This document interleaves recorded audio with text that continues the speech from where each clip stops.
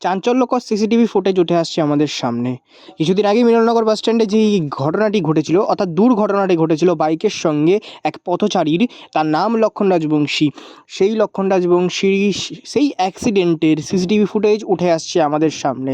প্রথম ছবি দেখিয়েছিল কাঁচরাপাড়া বাস। প্রথম আমরা ব্রেক করি এই খবর যে কাঁচরাপাড়ার মিলননগরে এরকম একটি ভয়াবহ পথ দুর্ঘটনা ঘটে বাইকের সঙ্গে এবং তিনি মারা যান। তিনি আমাদের মধ্যে নেই, সে অর্থাৎ সেই লক্ষণ রাজবংশী আমাদের মধ্যে নেই এবং তাকে হাসপাতালে যখন নিয়ে যাওয়া হয় তাকে মৃত বলে ঘোষণা করা হয়। সেই চাঞ্চল্যকর সিসিটিভি ফুটেজ, সেই ঘটনার সিসিটিভি ফুটেজ উঠে এসছে আমাদের সামনে। আমি পিসিআরকে প্লিজ বলবো এই সিসিটিভি ফুটেজটা একটুখানি বড় করে দেখানোর জন্য কাইন্ডলি।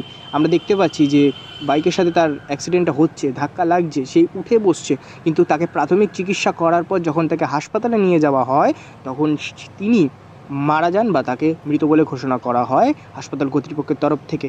পরবর্তীকালে অ্যাক্সিডেন্টের পর দিন কিন্তু কাপা ট্রাফিক গার্ড, কাঁচরাপাড়া পৌরসভা এবং বীজপুর পুলিশের তৎপরতায় কিন্তু, সাথে এলাকাবাসীর তৎপরতায়, এটা বলা বাহুল্য, এলাকাবাসীর তৎপরতায় মিলননগর বাস স্ট্যান্ডে কিন্তু দুটি বাম্পার বসেছে, স্পিড ব্রেকার বসেছে এবং সেখানে এই সকাল থেকে রাত পর্যন্ত ডিউটি করছেন একজন সিভিক ভলেন্টিয়ার, ম্যানেজ করছেন সেখানকার এই সেই মোড় মাথার ট্রাফিক ম্যানেজমেন্ট করছেন তিনি। আমরা সেই ভিজুয়ালসগুলো দেখতে পারবো এবং আমরা দেখছি সেই চাঞ্চল্যকর সিসিটিভি ফুটেজ যেখানে তিনি ধাক্কা খাচ্ছেন কিন্তু তিনি উঠে বসছেন।